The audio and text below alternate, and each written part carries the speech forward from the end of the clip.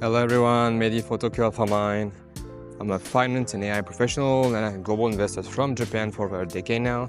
And on this channel, we have one mission: to cut through the noise and find alpha in both life and markets. And so today we are going to go for another Tokyo market report, where we're going to discuss several market news and maybe some China news. So let's get in.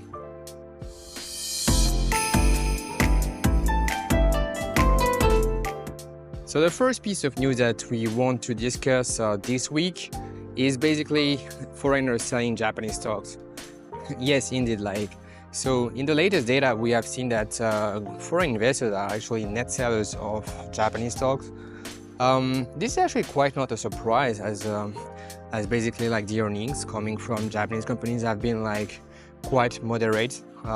Let's say it like this, and the Japan economy is not as strong as what we have been able to see in other countries. So basically, in the past few months and past few years, so with the weak Japanese yen, so earnings of many export-driven Japanese companies have actually grown.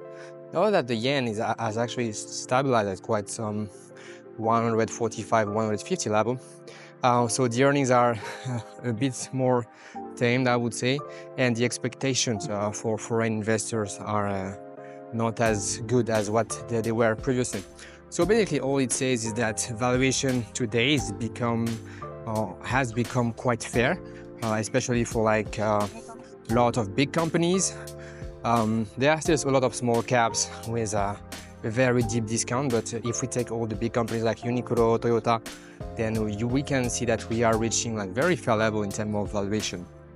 And so what we can see is that a lot of foreign investors, they are kind of moderating their buying of Japanese stocks, and some are even selling even more. So the result is a net selling in terms of ETF, in terms of stock for foreign capital.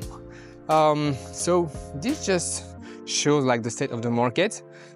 We can expect that it will continue in the coming months because there's a lot of rotation so if in the market, and if the yen doesn't appreciate or depreciate so in the coming months, there's no reason why this trend will actually change. And also, as long as the valuation of the Japanese companies are not going to change much, or are still going to remain at these levels, they are much more attractive, I would say, plays in the market for foreign investors than what we are seeing in Japan. The US-Japan trade deal, so about tariffs. So one very quick news actually came up today, and it was about the fact that Japan would not accept to have 25% tariff on auto and other vehicles. Obviously, it makes sense if we look at the other news that we had last week about the fact that the exports coming from Japan to the US have actually quite declined. And for the auto industry in Japan, this is quite tough because they have a lot of competition in other countries from Chinese EVs. And so the US market is really a big market for Japanese autos. So for the Japanese government, it's very tough to accept such high tariffs on Japanese vehicles. It really reminds a lot of people from the 80s, where Japanese automakers were really a big threat to American automakers, and that they have been at that time quite a lot of retaliatory measures from the US government. So this time as well, Donald Trump is really pushing to increase the tariff against a lot of different automakers. Obviously, Chinese ones, they are not allowed now, in the US, and we can see more and more that Japanese automakers will have a very hard time as well to compete on this US market.